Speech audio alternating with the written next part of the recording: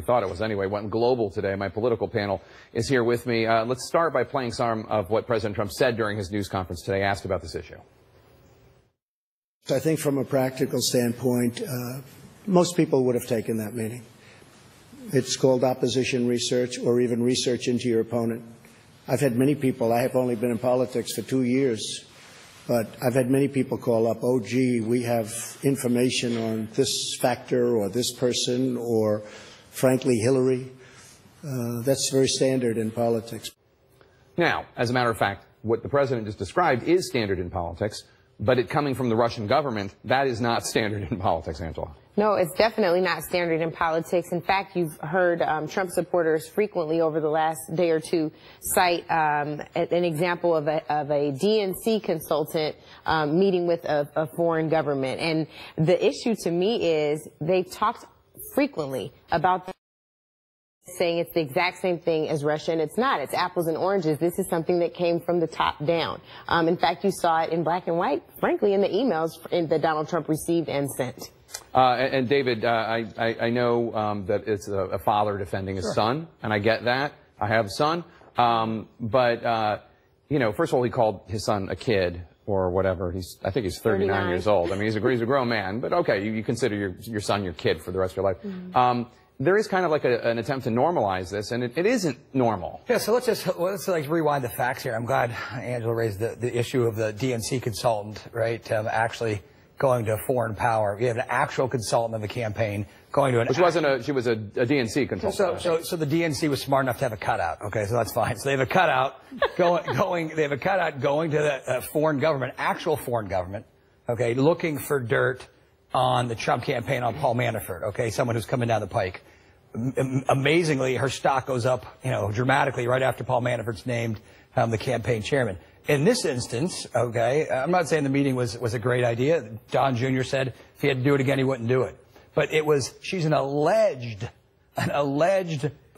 alleged contacts with the Russian government. I mean, you just heard Congressman Schiff saying, I'm not going to tell you anything that I know that's classified. And he's saying that she's a part of the Russian government. So we know that's not true because if Congressman Schiff knew that for a fact, he wouldn't say it on national TV if he knew that for classified briefings. So we have it from a B-list publicist, an email saying she's tied to the Russian government. And Don Jr. wasn't part of the campaign. He's a family member. He was an advisor to the campaign. He was a surrogate. But anyway. I was on the campaign at the time. But can I just say one thing? Is it not significant that Ukraine is an ally of the United States and Russia is a geopolitical foe? Ukraine's an ally of the United States, but we're not an ally of the Trump campaign at that time. Or Paul Manafort. Because he had done work in Ukraine. Right, sorry. Absolutely. Go ahead, Angela. No, and I just think, I brought it up because it is outrageous. It is laughable that this is the defense used. Number one, it wasn't just Donald Trump Jr. in these meetings. It was Jared Kushner and Paul Manafort, who, of course, was the campaign chairman.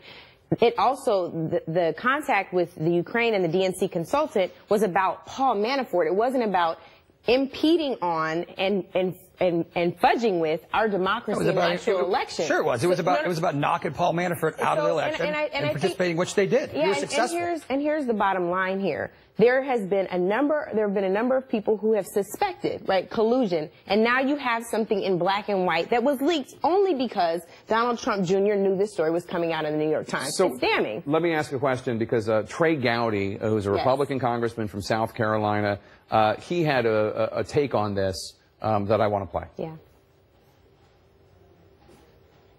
The amnesia of people that are in the Trump orbit. Someone close to the president needs to get everyone connected with that campaign in a room and say from the time you saw Dr. Zhivago until the moment you drank vodka with a guy named Boris, you list every single one of those, and we're going to turn them over to the special counsel because this drip, drip, drip is undermining the credibility of this administration. That is a very conservative Republican from South Carolina. I don't disagree with Congressman Gowdy one bit. I am for getting out every bit of bad information, every bit of news you have, and dumping it all. Get it out. I'm not for it. I think it's a bad strategy, and I don't think it's a strategy at all. I think it was an oversight on someone's SF-86. They corrected it. Security clearance. Yeah, they corrected it, and they're being truthful and moving forward. But I think it's bigger than that, right? It's not about minimizing this. This is Trey Gowdy also who led the special committee on Benghazi saying this. And I think that we have to acknowledge it's not just about getting the information out. It's when the information comes out, us being able to say in a bipartisan manner, this information is problematic. And that is what a number of House and Senate Republicans are saying. And for whatever reason, Trump surrogates cannot fix their mouths to say that it is in fact problematic. So which part is problematic?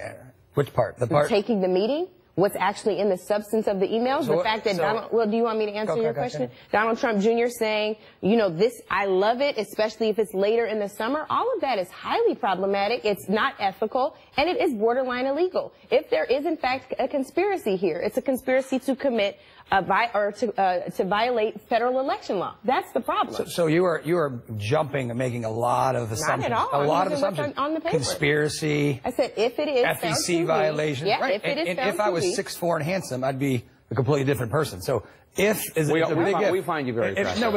No, but your assumptions are just huge. No, I can assume a lot of things. No, but they're not assumptions. They are assumptions. Let's take away the legality. Let's talk about the ethics. I was just going to read. Was it unethical? Forget the illegality, because that's debatable. I don't know if it's unethical. It's obviously, listen, it's all based on, because it's all based on your mens rea, right? What's going on in your mind. I don't know what Don Jr., what he read in the email, what he thought about in the email. Russia had nothing. Listen, at that time of the campaign, Russia was nowhere on anybody's side. Angela, last word. So Russia is now in our sights because of actions taken like this. And his mens rea is clear. It's actually in black and white on the paper.